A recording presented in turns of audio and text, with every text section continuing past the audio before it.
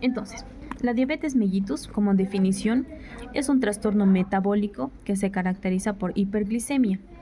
Y las personas pueden correr diferentes factores de riesgo cuando tienen diabetes. Por ejemplo, cardiopatías, cataratas y hepatopatías. Etiopatología. Hay una disfunción o una destrucción de las células beta del páncreas, que son las encargadas de producir insulina, o en todo caso sus receptores.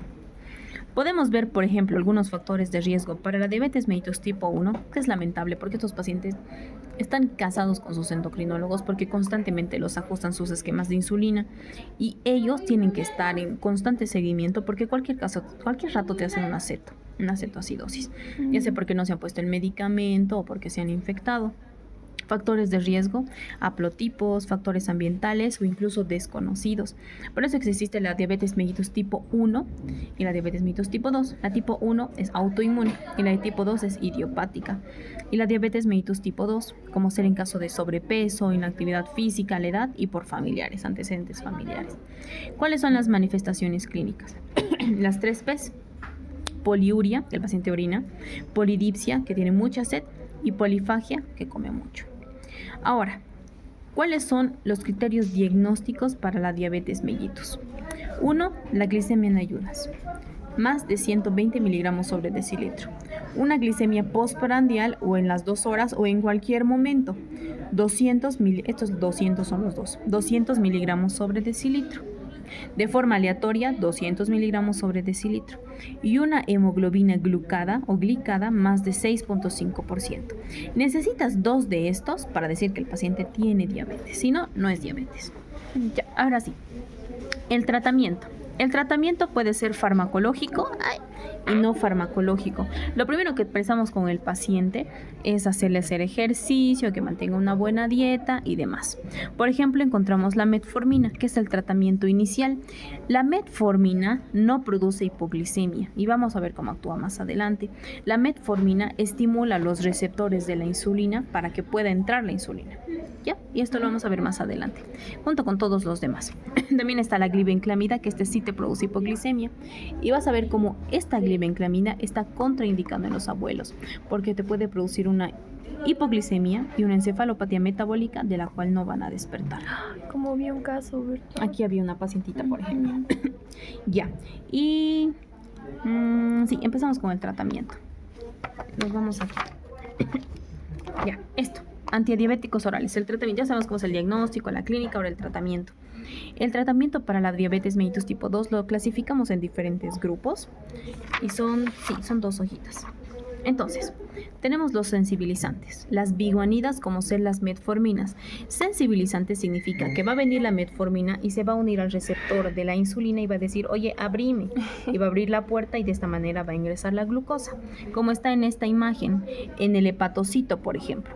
Va a venir la metformina y estimula los receptores GLUT4 que mediante un ciclo de AMP cíclico va a permitir la apertura y de tal manera pueda ingresar la glucosa. Ingresa la glucosa. La célula dice, tengo azúcar, no tengo la necesidad de producir más. Entonces inhibe la gluconeogénesis y aumenta la formación de ácidos grasos, es decir, trata de aumentar o tratar de guardar toda esta energía en grasa.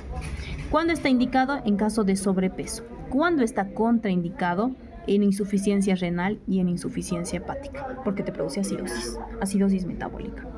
Siguiente, como sensibilizantes, las tiazosilidenionas, como la pioglitazona y la rosiglitazona. Estos lo mismo, tanto en el hepatocito no, estos actúan en el adipocito o en el miocito, en el músculo o en la grasa. Estos actúan gracias al PPAR gamma. Va a venir nuestra la pioglitazona o la rosiglitazona, que son las tiazosilidenionas, se van a unir a los adipocitos y van a ingresar directamente al ADN. Ingresan al ADN y van a permitir formar nuevos canales para que ingresen la glucosa. Aquí son como la llavecita, pero aquí están formando canales. Entonces, estos nos van a ayudar en pacientes que tengan una hepatitis por ácidos grasos, que es una esteatohepatitis no alcohólica, y precaución en la insuficiencia cardíaca. Entonces, no podamos darle en pacientes con insuficiencia cardíaca, aparte de fracturas y en pacientes que no se van a cuidar su peso. Entonces, sensibilizantes, biguanidas y tiazosilidenionas. metformina, pioglitazona y rosiglitazona. A mí me gustaba acordarme de que la rosiglita, la rosi, acipio y grita. Entonces, rosiglitazona, pioglitazona, tiazosilidenionas. Junto con las bigonidas son sensibilizantes. ¿Cómo sensibilizantes? Sensibilizantes es que, digamos que esta sea la célula, que se van a unir a la célula y van a estimular a la célula que se una a la glucosa. Sensibilizan a la célula para que pueda meterse la glucosa. Eso es sensibilizante. Ah, ya. ¿Qué es secretagogo? Secretar. ¿Y qué me van a secretar? Insulina. Y ahí viene las sulfonilurias. Todo lo que aumente la insulina produce hipoglicemia. Las sulfonilurias, aquí tenemos la glibenclamida, la glipizida, la gliburida y la glicacida. ¿Qué es lo que hacen? Se unen a las células plasmáticas, ingresan a la célula, se unen a las células del páncreas, a las células beta, y por tanto todas las vesículas que contienen en su interior insulina se movilizan, se van a acercar hacia la membrana de la célula beta y van a liberar a la insulina. Entonces, por eso son secretagogos. Por tanto, están utilizando el reservorio de insulina y existe el riesgo de hipoglicemia. Y también nos van a ayudar en realidad a disminuir el peso. Nos ayudan a que el paciente baje de peso. Siguiente. Metiglinidas, que también son los secretagogos, como la repaglinida y la nateglinida. Hacen lo mismo. Van a permitir ingresar a las células beta de páncreas, movilizar a las vesículas y liberar insulina. Esto nos va a ayudar principalmente cuando la diabetes mellitus es de tipo 2, pero cuando hay picos postprandiales, porque estos actúan bastante rápido. Ahorita acabamos de comer, nuestra glicemia se nos ha subido por los cielos, somos diabéticos en ese contexto. Le damos una repaglinida o una nateglinida y vamos a evitar de que se libere de forma exagerada la glucosa y que al mismo tiempo se libere la insulina y que me produzca una disminución de esa glicemia postprandial. ¿Ya? Siguiente. Glifosinas. Entre las glifosinas tenemos a los inhibidores de los SGLT2. Estrellita para estos. Estos inhibidores de los SGLT2 te sirven para evitar nefropatías. ¿Ves un paciente que ya está haciendo enfermedad renal?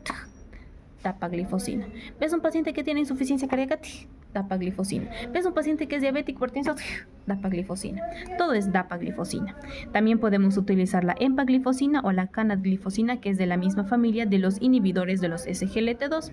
¿Y dónde actúan? Justo aquí, donde me han corregido la otra vez, en el túbulo contorneado proximal, porque lo que hacen es, aquí encontramos la célula de los túbulos y van a evitar, en realidad, ¿cómo te puedo explicar? Van a evitar que se absorba el sodio y la glucosa al mismo tiempo, porque se une el sodio, se une la glucosa y vuelve a la sangre. Por tanto, estos van a venir y los van a bloquear estos canales y van a permitir que se elimine por la orina. Entonces, por eso nos ayuda para la diabetes y para la hipertensión. No podemos utilizar cuando la tasa del filtrado está menos de 20. Tú lo primero que haces para darle a un paciente dapaglifosina es ver cuánto está su creatinina, cuánto está su urea, cuánto orina. Porque si tú le das dapaglifosina a un paciente que tiene una tasa de filtrado de menos de 20, te va a producir una acidosis metabólica. Y no nos gusta ninguna alteración hidroelectrolítica. ¿Para qué es bueno? Diabetes, insuficiencia cardíaca, hipertensión arterial y para evitar la progresión de una nefropatía. Esas son las glifosinas. Y seguimos. Los análogos de las... me he olvidado cómo se llaman. Los análogos de las... ¿Te acuerdas que una vez te dije? ¿Cómo eran? De las incretinas. Son los análogos de las incretinas. Tenemos los inhibidores de la DPP4 y agonistas de los GLP1. Es el péptido similar al glucagón. ¿Te acuerdas cómo era? Sí. Te dije que cuando uno come, y te lo mandé. Ajá, la fotito.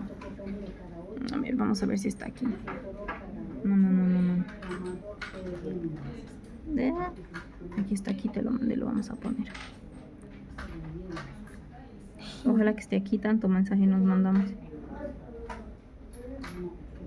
Si lo ves por ahí me avisas. Aquí está. No es ese. Pero estaba por ahí. Sí, pero aquí está. Entonces, hemos quedado que cuando una persona come, se aumentan las incretinas. Tenemos el GLP1 y el GIP, el péptido insulinotrópico dependiente, y no me acuerdo qué es el GLP1, el péptido similar al glucagón. Todo esto aumenta. Al aumentar las incretinas, incrementan la insulina y por tanto disminuyen la glucosa. Hay una enzima que va a ir a parar estas incretinas a la GLP1 y a la GIP, que se llama DPP4. Entonces, esta inhibe a estas enzimas, ya no hay el efecto de las incretinas, la insulina no se produce y por tanto la glucosa se mantiene por los cielos. Por tanto, si tú das un inhibidor de la DPP4, aumentan las incretinas, aumenta la insulina y disminuye la glucosa. Esos son los efectos de las incretinas. ¿Y cuáles tenemos? Los inhibidores de la DPP4, que son las gliptinas, el inhibidor de la dipeptidilpeptidasa 4 son la sitagliptina y la saxagliptina. Estos son excelentes para bajar de peso. Entonces, estos pacientes tú le administras y les vas a bajar automáticamente de peso porque hacen que el vaciado gástrico también sea más rápido. O sea, tú comes y eso se vacía rápido. Entonces, estos tienen una muy buena tolerancia, principalmente cuando hay riesgo cardiovascular y son muy bien utilizados para sobrepeso. Los agonistas del GLP-1, el péptido similar al glucagón, tenemos la exenatida y la liraglutida, que también se utilizan para bajar de peso. Aumentan la insulina, disminuyen el glucagón y también disminuyen el vaciado gástrico, es decir, hacen que sea más rápido. Y listo. Por último, los inhibidores de la glucosilasa, como la acarbosa. Estos lo que hacen es ir a inhibir a unas enzimas que encontramos en el epitelio que van a evitar la formación de más ácidos grasos y de más glucosa, porque son enzimas como tal, enzimas que se utilizan para los carbohidratos. Entonces tú utilizas los carbohidratos, ellos los van a romper y aumentan la glucosa de la sangre. Al inhibirlos ya no van a producir nueva glucosa y va a ser eliminados por las heces. Por tanto, nos ayuda en la disminución también de la glicemia postprandial. Tenemos la acarbosa, la malglibosa y la migritol, creo que dice acá. Inhiben a la alfa-amilasa, a la alfa-glucosilasa en las células del borde de cepillo, que los encontramos en los enterocitos, y por tanto disminuyen la hidrólisis en los polisacáridos. En conclusión, estas células tienen enzimas, estas enzimas me degradan los carbohidratos, al degradarme los carbohidratos son fácilmente absorbibles. Por tanto, si yo le doy acarbosa, me van a ir a inhibir estas enzimas, no se van a degradar y van a ser eliminados. Nada más. Ahora, insulinoterapia, que también es un tratamiento, o sea, es bastante complejo. Hay indicaciones para la insulinoterapia, entre estos que no podemos alcanzar valores límites o establecidos con estos antidiabéticos orales, y también que tengan una hemoglobina glicada más de 10. Tú tienes una hemoglobina más de 10 y es indicación para que tú inicies insulinoterapia, eso nos dice la nueva guía que es del 2026. Entonces, ¿cuáles son los tipos de insulina que tenemos? Tenemos insulina rápida, como ser Aspart, Glulicina y Lispro. A lo mejor yo me puedo acordar, Aspart, Glulicina y Lispro, que estos pueden actuar de 10 a 30 minutos, incluso hasta 5 horas. Y esto nos ayuda cuando hay descontrol postprandial, es decir, tú todo el día estás bien, pero el paciente come y te hace un pico. Y tú le das una insulina rápida, Aspart, Glulicina, Lispro. También existe la insulina corta. ¿Te acuerdas cuando hacemos las correcciones de insulina? Esta es la insulina cristalina, de acción corta. Nos ayudan para las correcciones. Actúan de media hora a 30 minutos y puede prolongar sus efectos hasta las 8 horas. O sea, tú a los 60 minutos, a la hora ya le tienes que estar haciendo un control porque ya empieza su efecto. Pero si tú le sigues pasando durante horas y horas insulina cristalina, luego de las 8 horas te va a hacer una hipoglicemia severa. Entonces tampoco es pasar por pasar. Y nos ayuda en casos de cetoacidosis, como ser en emergencias. Si es que rotas emergencias, vas a ver que el tratamiento para la cetoacidosis diabética es insulina cristalina por bomba de infusión continua. La insulina intermedia, que es la que siempre utilizamos, es la insulina NPH, que tiene un pico de efecto hasta las 12 horas, empieza a las 2 horas y puede actuar hasta las 18 horas. Es un esquema bifásico, por eso se administra 2 veces al día. Y de acción larga, el de Temir, la Glargina y el de Gludec. El de Gludec, que ya pase al final porque es extremadamente larga, no produce en pico y nos van a ayudar a mantener niveles de normoglicemia durante el día. Eso respecto a las insulinas. Y seguimos con la diabetes. ¿Dónde nos hemos quedado? Aquí. Para iniciar el tratamiento ya sabemos que la hemoglobina glicada más de 10. ¿Cuál es la dosis de la insulina NPH? La dosis es 0.1 a... ¿qué es eso? A 1 unidades por kilogramo de peso al día. 0.1 unidades por kilogramo de peso al día. Supongamos que yo peso 70. Como en todas las personas, el peso normal es de 1,70. Yo quiero iniciar, porque veo que el paciente no me ayuda mucho, sus glicemias son muy elevadas, a 0.3. Casi empezamos a 0.3 por 70, 21. Dividido entre 3, 7. Entonces, ¿tú qué haces con ese 21 unidades por kilogramo de peso al día? Lo divides entre 3.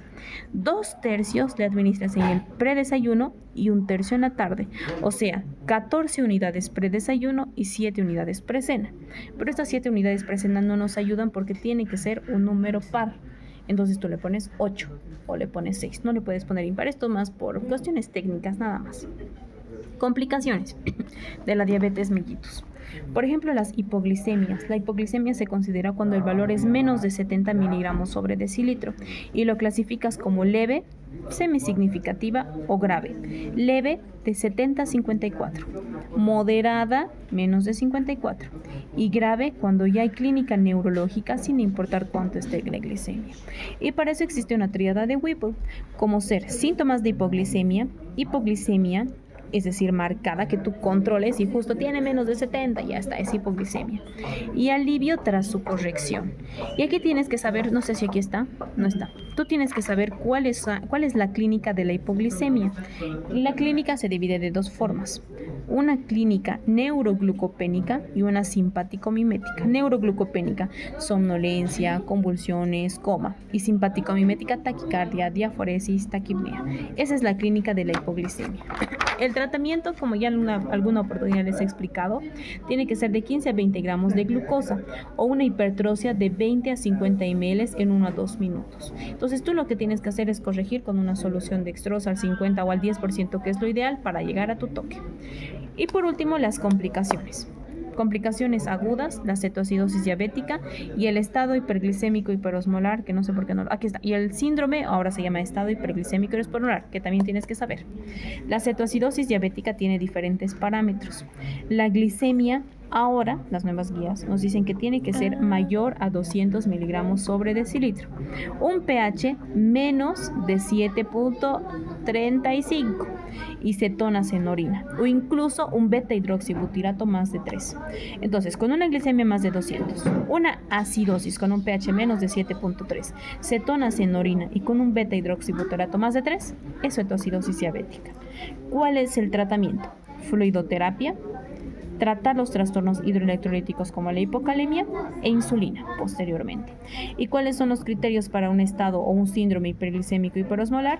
Una glicemia más de 600, un pH que puede encontrarse normal o bajo, pero con una osmolaridad más de 320 miliosmoles. Eso tú tienes que saber. ¿Y cuáles son los valores normales? Los valores normales de la osmolaridad van de 285 a 295. ¿Y cómo se calcula la osmolaridad? Sodio por 2 más glucosa dividido entre 18. Con eso ya tienes la osmolaridad. Y eso es diabetes. Eso sería todo, Juan.